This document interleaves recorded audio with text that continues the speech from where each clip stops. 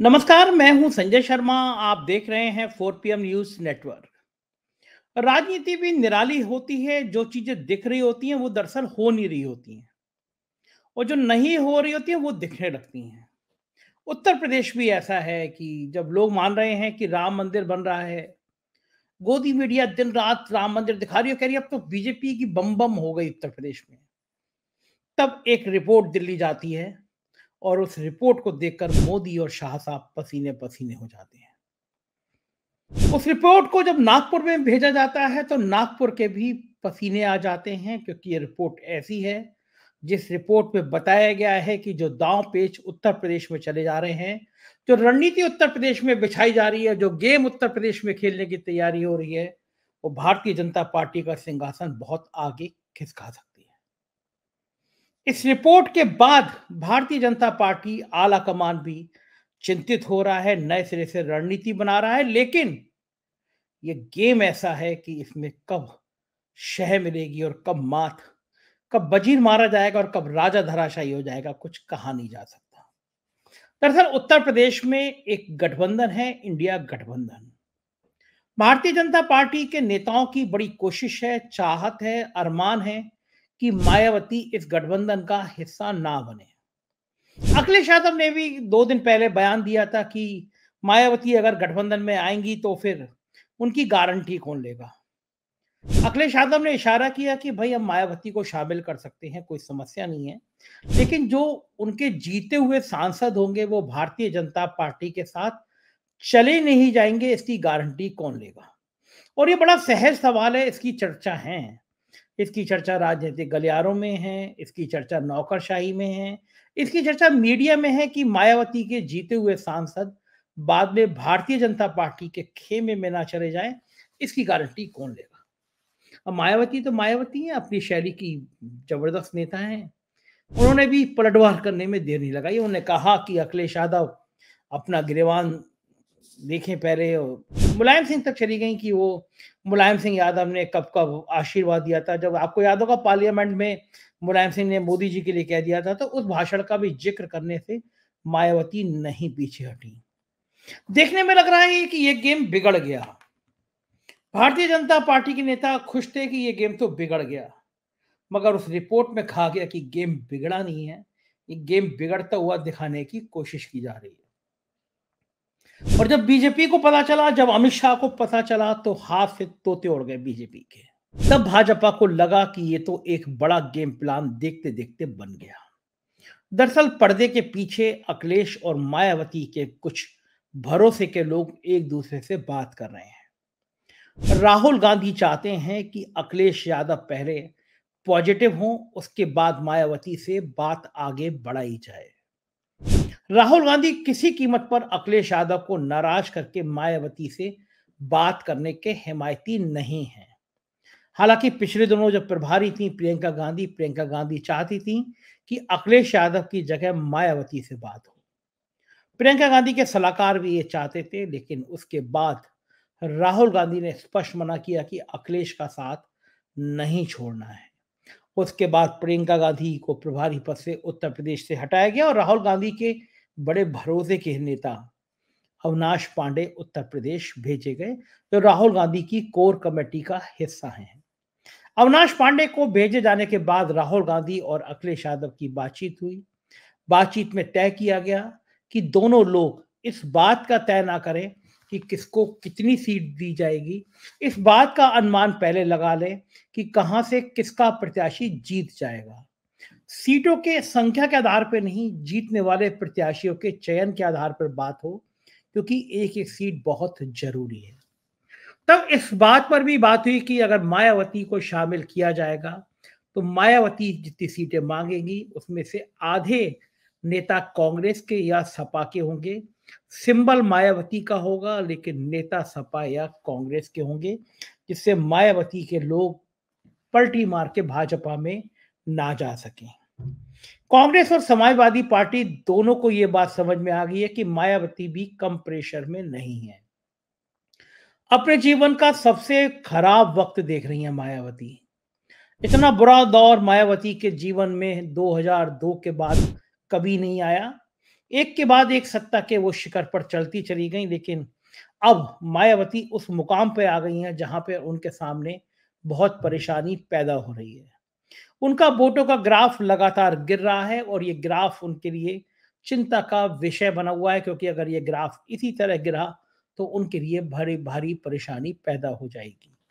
मायावती जानती हैं कि अगर वो इसी राह पर चलती रहीं तो समाज में ये संदेश जैसे जा रहा है, ये संदेश और पुख्ता होता चला जाएगा कि मायावती भारतीय जनता पार्टी की बी टीम बनकर रह गई हैं। विधानसभा के पिछले उत्तर प्रदेश के चुनावों में ये संदेश साफ देखने को भी मिला कि मायावती ने भारतीय जनता पार्टी की बहुत जबरदस्त मदद करी। अगर मायावती नहीं होती तो भारतीय जनता पार्टी को ये चुनाव जीतना मुश्किल हो जाता। लेकिन वहां तक तो समझ में आ रहा था, लोग कह रहे थे कि मायावती की चूंकि जान सीबीआई और ईडी में बसी है, दिल्ली में हुकूमत नरेंद्र मोदी की है, मायावती ने उत्तर प्रदेश में अगर अभी बीजेपी के खिलाफ जाने की हिम्मत करी तो ये एजेंसियां उन्हें परेशान कर सकती हैं। मगर अब देश का वातावरण बदल रहा है। बंगाल है, महाराष्ट्र है, बिहार है, कर्नाटक है, कई जगह से जो खबरें आ रही हैं वो मायावती के लिए हिम्मत भर रही हैं, क्योंकि संकेत आ रहे हैं साहेब की वापसी आसान नहीं है। पिछली बार भी 30-32 सीटें जो ज्यादा थी वो दक्षिण के राज रोक ले रहे हैं इस समय। माहौल भले टीवी चैनल ऐसा बना रहा हो कि साहेब की विजय रथ यात्रा निकल रही है, लेकिन हकीकत यह है भारतीय जनता पार्टी भी जान रही है कि चुनाव बहुत फंसा हुआ है। ईवीएम के खिलाफ जिस तरह देश में माहौल बन रहा है, भाजपा ये भी डरी हुई है कि एक बड़ा आंदोलन अगर विपक्ष ने खड़ा कर दिया, अगर इंडिया गठबंधन ने ये ऐलान कर दिया कि डेरा डालो, घेरा डालो, हम शांतिपूर्ण तरीके से दिल्ली को घेरेंगे, आंदोलन चलाएंगे। आपको याद होगा टिकैत साहब अपने साथियों के साथ दिल्ली पहुंच गए थे तो दिल्ली हिल गई थी। अब कल्पना करिए अगर इंडिया गठबंधन अलायंस इस तरह का कोई आह्वान करता है कि दिल्ली चलो, और फिर दिल्ली में एक बड़ी संख्या में लोग पहुंचते हैं, ये कहते हैं कि ईवीएम हटाइए, लोकतंत्र बचाइए। जो चुनाव आयोग अभी गांधी जी के 3 बंदरों की तरह नहीं बोल रहा है, अगर उसको भी प्रेशर में आना पड़ा और लगा कि ये इतना भारी हुजूम है जो बिना ईवीएम को हटाए नहीं जाएगा, तो शायद अगर ईवीएम हटा तो भाजपा के बुरे दिन बहुत शुरू हो जाएंगे। ऐसा मेरा ही नहीं, बहुत सारे लोगों का कहना है। भारतीय जनता पार्टी के लिए परेशानी ये है कि राम मंदिर के नाम पर वातावरण टीवी चैनलों में ज्यादा दिखाई दे रहा है, ग्रामीण अंचलों में उतना दिखाई नहीं दे रहा है। घर घर अक्षत भिजवाए जा रहे हैं, चावल भिजवाए जा रहे हैं, करोड़ों अरबों रुपया पार्टी खर्च कर रही है कि हर घर में भगवान राम का एक चित्र दें, प्रसाद दें, एक हिंदू वातावरण तैयार करें। लेकिन गांव में अब ये हो गया है कि ये बात समझ में आ गई है कि भगवान राम का नाम सिर्फ चुनाव के लिए ले रही है भाजपा। लोग सवाल कर रहे हैं कि मंदिर तो सुप्रीम कोर्ट के आदेश पे बना है, भारतीय जनता पार्टी चुनाव में इसका फायदा क्यों लेना चाहती है। भारतीय जनता पार्टी को लग रहा था कि कोई नेता राम मंदिर में आएगा नहीं, लेकिन कांग्रेस ने ऐलान कर दिया कि उसके नेता राम मंदिर में दर्शन करने जाएंगे। समाजवादी पार्टी की भी रणनीति है कि जब प्राण प्रतिष्ठा हो जाएगी तो अखिलेश यादव सपरिवार अपनी पत्नी के साथ, डिंपल यादव के साथ उस मंदिर में जाएंगे। समाजवादी पार्टी की सेकंड कमान कहेगी कि मंदिर में परिवार के साथ आना चाहिए, और ये बातें कहाँ किसको चुभेंगी ये बात आप भली भांति जानती हैं। मैं निजी बातों के जिक्र नहीं करना चाहता। अब ऐसे वातावरण में जब गांव-गांव में बेरोजगारी की चिंता है, गांव-गांव में इस बात की चिंता है कि देश में पूंजीपतियों की ताकत बढ़ रही है और गरीब और गरीब होता जा रहा है, उसको 5 किलो राशन में केवल टरकाया जा रहा है। आप भली कितनी बातें करें जीडीपी की और अर्थव्यवस्था की, हकीकत यह है कि गांव में किसानों के पास पैसे नहीं हैं। बेरोजगारों की फौज बढ़ती चली जा रही है, देश में रोजगार के साधन उपलब्ध नहीं हैं। अग्निवीर के नाम पर जिस तरह इस देश के नौजवानों को छला गया, उनमें बहुत गुस्सा है, और गुस्सा इस बात का लिए भी है कि नौकरियों में जिस तरह से कमी आ रही है, उससे दलितों के बीच में बेचैनी है, क्योंकि दलितों को लग रहा है कि निजी क्षेत्र की ताकत बढ़ने का मतलब उनके लिए अधिकार कम होना, उनका आरक्षण खत्म होना। घोसी का एक चुनाव हुआ था, उसको हम उत्तर प्रदेश का एक आधार मान सकते हैं। समाजवादी पार्टी ने यहां ऊंची जाति के व्यक्ति को टिकट दिया और भारतीय जनता पार्टी ने यहाँ पिछड़ी जाति के व्यक्ति को टिकट दिया। और मुख्यमंत्री जी खुद गए, दोनों मुख्यमंत्री ने डेरा डाल दिया। 100 से ज्यादा विधायक लगाए गए, दर्जनों मंत्री लगाए गए, हजारों संघ के कार्यकर्ता गांव-गांव जुटे और लोग कहते हैं कि 20 करोड़ से ज्यादा सरकार के सत्ताधारी पार्टी ने इस चुनाव में खर्च किया।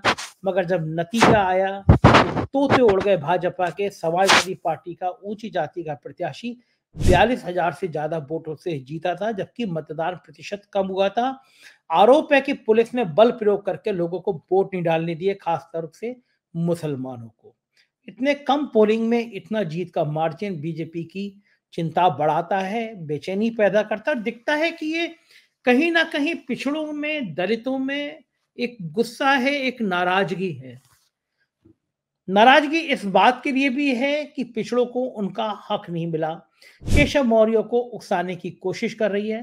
केशव मौर्य नुकसान में हैं, परेशान हैं, रह रह के बयान दे रहे हैं।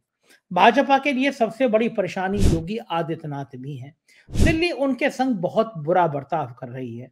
अभी चीफ सेक्रेटरी का रिटायरमेंट था, तीसरी बार उनको सेवा विस्तार मिल गया। योगी आदित्यनाथ अपने चहेते अफसर कृषि उत्पादन आयुक्त मनोज कुमार सिंह को चीफ सेक्रेटरी बनवाना चाहते ने उनकी नहीं सुनी। दिल्ली का बस चले तो योगी आदित्यनाथ को वो कल हटा दे। रह रह के केशव मौर्य से कहलवाया जाता है जाति जनगणना का मुद्दा, पिछड़ी जाति का मुद्दा। इस बहाने योगी को प्रेशर में लेने की कोशिश की जाती है कि ये मुद्दे उछल रहे हैं, तब भी हम इतने कम ठाकुर वोट हैं, तब भी हम आपको मुख्यमंत्री बनाए हैं। लेकिन योगी आदित्यनाथ भी जानते हैं कि अब चुनाव से पहले उनको छूने की हिम्मत दिल्ली की नहीं है, क्योंकि योगी आदित्यनाथ हिंदुत्व का एक बहुत बड़ा चेहरा बन गए हैं।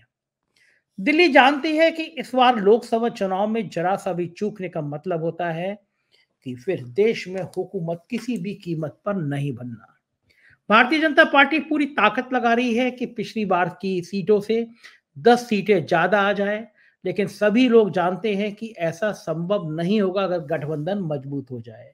मायावती समझ रही हैं कि भले ही वो इंडिया गठबंधन में शामिल ना होकर अखिलेश यादव का नुकसान कर लें, लेकिन अखिलेश यादव के सामने अभी बहुत लंबी राजनीतिक जीवन की पारी बची है।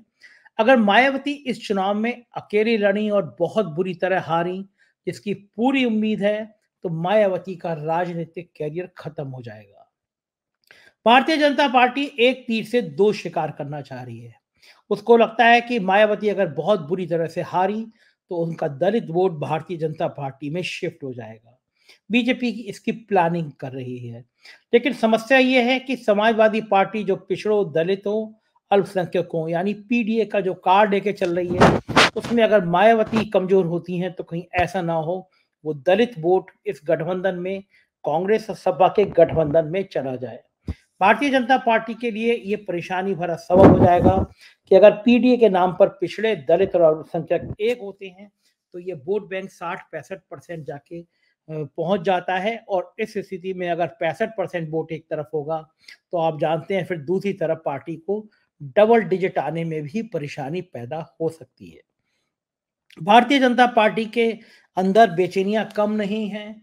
पिछड़ी जाति के नेता बेचैन महसूस कर रहे हैं आपको। पिछले दिनों जिस तरह गोरखपुर में एक निषाद समुदाय की महिला को आगे बढ़ाया प्रधानमंत्री ने, उससे संजय निषाद बेचैन हैं। और जिस तरह राजभर मंत्री नहीं बन पाए हैं, उससे राजभर बेचैन है। इन दोनों नेताओं को समझ में नहीं आ रहा कि भारतीय जनता पार्टी चाह क्या रही है। हकीकत यह है कि दिल्ली राजभर को मंत्री बनाना चाहती है और योगी आदित्यनाथ उनको मंत्री बनाना नहीं चाहते। ये सारे पेच, ये सारी गुत्थियां उत्तर प्रदेश की राजनीति में इतनी उलझी हुई हैं जिसको सुलझाना आसान बात नहीं है। भारतीय जनता पार्टी को बस केवल एक भरोसा है कि जनवरी के महीने में हम हजारों करोड़ रुपया मीडिया को बांटेंगे, पूरा सरकार का पैसा होर्डिंग्स लगाने में, विज्ञापन में खर्च कर देंगे। इतना ग्लैमर देख के लोगों के मन में राम मंदिर याद आएगा और बीजेपी को वोट कर देंगे। लेकिन मुझे लगता है कि अगर मंदिर नहीं बना तो बीजेपी के लिए ज्यादा बड़ी बात थी। मंदिर बन गया तो ये वोट बैंक में ट्रांसफर हो पाएगा, इसकी उम्मीद कम है। इसीलिए भाजपा बनारस और मथुरा के मुद्दे भी गर्म रखना चाहती है ताकि इसके जरिए एक वातावरण तैयार किया जा सके। मगर ये वातावरण क्या वोट बैंक में कन्वर्ट हो जाएगा? ये वातावरण क्या आराम से वोट शिफ्ट कर देगा? इसकी उम्मीद कम है। और मायावती को भी लग रहा है कि अगर उनके पिछली बार की तरह उनकी सीटें कम आई। पिछली बार तो 10 सीटें वो गठबंधन में शामिल होकर ले गई थी, लेकिन इस बार अकेले लड़ती हैं और सीटें नहीं ला पाती हैं, तो उनके राजनीतिक कैरियर पे बहुत बड़ा धब्बा लगेगा। तो ये जो बातें थी, ये बातें संकेत कर रही थी, और भाजपा को जो इंटेलिजेंस की रिपोर्ट गई, उसने बेचैनी इसलिए भी पैदा करी। उस रिपोर्ट में था कि अखिलेश यादव और मायावती के बीच रिश्तों की बर्फ पिघल रही है। भले एक दूसरे के खिलाफ वो जानबूझकर चैनलों के सामने आरोप लगा रहे हों, लेकिन हकीकत यह है अंदर से वार्ताएं शुरू हो चुकी हैं, कांग्रेस की मायावती के साथ, अखिलेश की कांग्रेस के साथ। और ये जो ट्रायंगल बन रहा है, ये ट्रायंगल राजनीति में खतरनाक होता है। मायावती चाहती हैं कि जब चुनाव के बस 1 या 1.5 महीना रह जाए, चुनाव की घोषणा बिल्कुल होने वाली हो, तब वो ऐलान करें इंडिया गठबंधन में शामिल होने का। सीटों की संख्या पे माथापच्ची चलेगी। जाहिर है मायावती की ये सूचनाएं, मायावती के ये संकेत भारतीय जनता पार्टी के लिए बहुत परेशानी ला सकते हैं। उत्तर प्रदेश में प्रधानमंत्री नरेंद्र मोदी, गृह मंत्री अमित शाह लगातार कई रैलियां करने वाले हैं। राम जन्मभूमि में ये प्राण प्रतिष्ठा के बाद, मतलब फरवरी में प्रधानमंत्री की कई रैलियां उत्तर प्रदेश में हो सकती हैं। संघ ने अपनी पूरी ताकत उत्तर प्रदेश में लगाई है। हर गांव में भजन कीर्तन जागरण करने की तैयारी चल रही है। पूरे गांव-गांव में ये माहौल बनाया जाएगा राम मंदिर को लेकर। लेकिन बड़ा सवाल ये है कि अगर मुद्दे हुए किसानी के, मुद्दे हुए बेरोजगारी के, मुद्दे हुए जाति पे आधारित व्यवस्था के, तो भारतीय जनता पार्टी का ये राम मंदिर का कार्ड चल पाएगा, इसकी संभावना कम लगती है। अब देखना ये होगा कि भारतीय जनता पार्टी जातियों के घेरे को तोड़ती है, मंडल को तोड़ के कमंडल में कन्वर्ट करती है, या फिर ये नेता, पिछड़ी जाति, दलित जाति के नेता, कमंडल को खत्म करके मंडल को आगे बढ़ाते हैं। धर्म भारी रहेगा या जाति भारी रहेगी, ये उत्तर प्रदेश का ही नहीं, दिल्ली का भविष्य तय कर देगा, क्योंकि जो उत्तर प्रदेश जीतेगा वही दिल्ली पर राज करेगा। उत्तर प्रदेश की राह में बहुत सारी शतरंज बिछी हुई हैं, हर प्यादे का अपना महत्व है। समाजवादी पार्टी को तोड़ने की रणनीति भी तैयार की जा रही है। समाजवादी पार्टी के कुछ नेताओं से अमित शाह ने फोन पर बात करी है। जब भरोसा हो गया ये लोग आ सकते हैं, उसमें 1-2 प्रमुख नेताओं का नाम मैं जानता हूं। अभी मेरा नाम लेना ठीक नहीं है, क्योंकि मेरे एक भरोसे के मित्र ने ये कहा कि अभी आप नाम नहीं लेंगे, तो मैं आपको बता रहा हूं। तो बातचीत चल रही है, दौर चल रहे हैं, पार्टियों में तोड़-फोड़ की तैयारी चल रही है, और ये कहीं ना कहीं भारतीय जनता पार्टी की बेचैनी दिखा रहा है। क्या होगा राजनीति में ये कहना भी मुश्किल है, लेकिन मैं जो होगा मैं आपको बताता रहूंगा। आप देखते रहिए 4 PM न्यूज नेटवर्क। ये वो चैनल है जो ना कभी गोदी मीडिया था, ना है, ना होगा। आपका अपना चैनल है, ज्वाइन करिएगा, सब्सक्राइब करिएगा, प्यार बनाए रखिएगा। शुक्रिया, थैंक यू।